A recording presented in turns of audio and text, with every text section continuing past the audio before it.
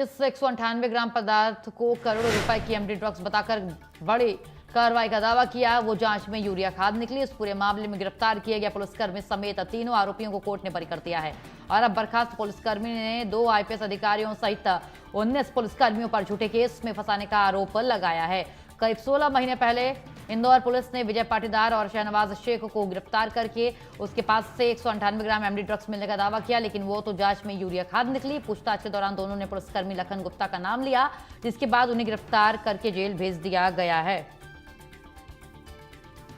बाद में विभाग ने उन्हें नौकरी से बर्खास्त कर दिया। जांच के दौरान जब पदार्थ के जब्त सैंपल को फॉरेंसिक लैब भेजा गया भोपाल की, तो रिपोर्ट साफ हो गई और कथित तौर पे जो एमडी ड्रग्स थी वो यूरिया निकली, जिसके बाद किसी भी तरह के नारकोटिक पदार्थ नहीं थे इसमें। और इसके बाद पुलिस ने दोबारा हैदराबाद की सेंट्रल लैब से जांच कराई तो भी यूरिया ही निकला। और फिर दोनों रिपोर्टों के आधार पर कोर्ट ने लखन गुप्ता समेत तीनों आरोपियों को बरी कर दिया है।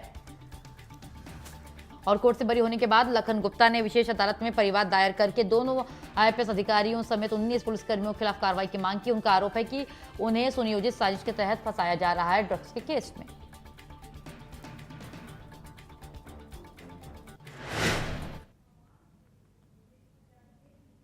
तो एमडी ड्रग्स बताकर की गई थी कार्रवाई, लेकिन निकली वो यूरिया खाद। 3 तस्वीरें आपकी टीवी स्क्रीन पर। विनोद कुमार मीणा जो कि आईपीएस है, करणजीत सिंह आईपीएस है, लखन गुप्ता बर्खास्त सिपाही।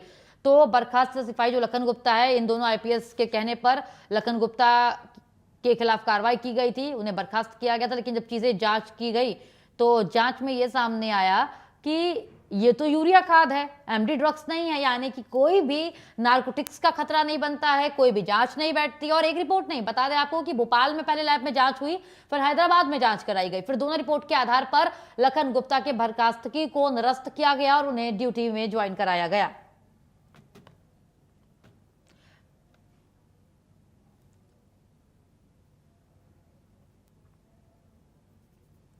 और अपडेट के लिए एहतियात शेख हमारे संवाददाता जुड़ चुके हैं हमारे साथ, उनका रुख करेंगे। एहतियात, अगर बात की जाए तो पुलिस प्रशासन से अपनों के खिलाफ ही इस प्रकार की कार्रवाई की उम्मीद तो नहीं थी, क्योंकि देखिए ठीक है आपने सजगतापूर्ण कार्य करते हुए जांच के लिए पहले आपको भेजना चाहिए था, लेकिन कार्रवाई की मांग नहीं करनी चाहिए। जिसमें 2 एंगल सामने आ रहे हैं एहतियात अगर देखा जाए। एक तो कहीं ना कहीं ये कहना गलत नहीं होगा कि जो दोनों सीनियर अफसर थे यानी आईपीएस अधिकारी थे, उन्होंने अपने जूनियर के खिलाफ अपने पद का दुरुपयोग किया, ये कहना गलत नहीं होगा एहतियात। और दूसरी चीज ये कि जब कंफर्म नहीं था तो जूनियर पुलिसकर्मी को बर्खास्त क्यों कराया गया एहतियात?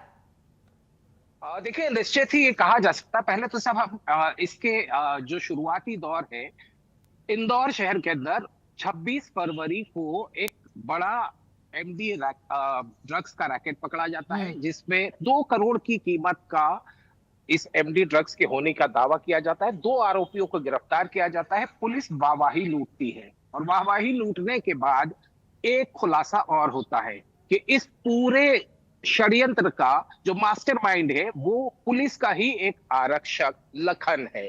लखन को गिरफ्तार किया जाता है, लखन से पूछताछ की जाती है, दोनों आरोपियों से भी पूछताछ की जाती है और पूछताछ के बाद में लखन को जेल भेज दिया जाता है और उसे नौकरी से बर्खास्त कर दिया जाता है। ये घटनाक्रम बहुत सिंपल लगता है, सनसनीखेज ये मामला सामने आया था।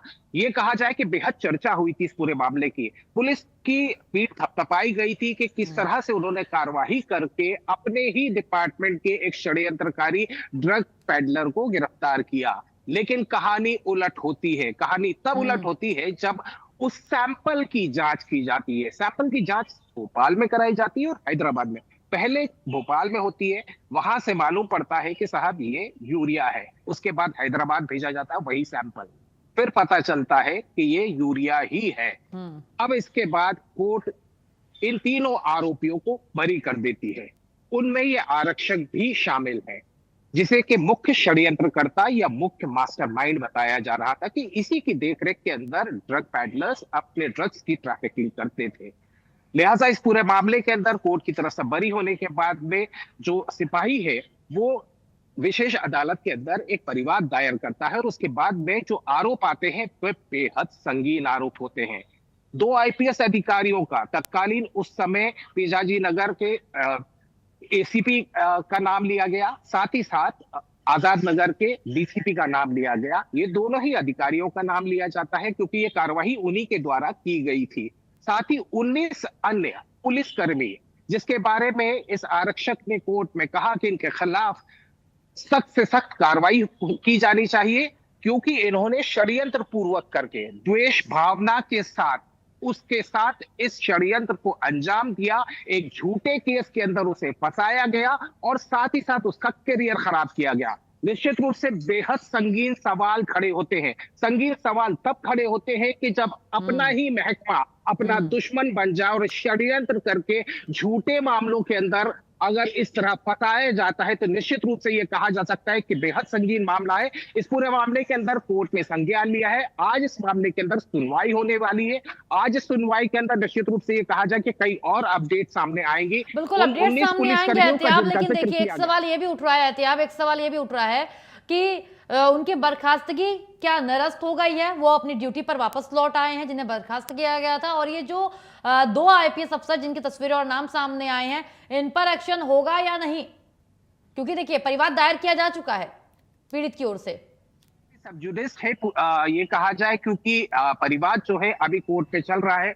आज सुनवाई होनी है। आज सुनवाई के अंदर किस तरह की दलीलें रहेंगी, किस तरीके से ये कहा जाए कि इस पूरे मामले की जो आगे की परतें हैं वो कोर्ट के सामने पेश की जाएंगी। तो निश्चित रूप से, क्योंकि अभी फिलहाल मामला कोर्ट के अंदर चल रहा है, किसी भी तरह के निर्णय पर पहुंचना हमारे लिए ठीक नहीं है। लेकिन निश्चित रूप से ये कहा जा सकता है कि इस पूरे घटनाक्रम ने एक सवाल तो खड़ा कर दिया है कि जब अपने ही अपनों का दुश्मन बन जाए तो षड्यंत्र रचकर किसी को भी आरोपी बनाया जा सकता है। और खास करके जब कानून के घराने में ये चीजें हों, वहां से ऐसी खबरें निकल करके सामने आती हैं, तो सवाल तो खड़े होते हैं, और खास करके आम जनता के मन में भी कि जब ये अपनों के सगे नहीं है तो हमारा क्या।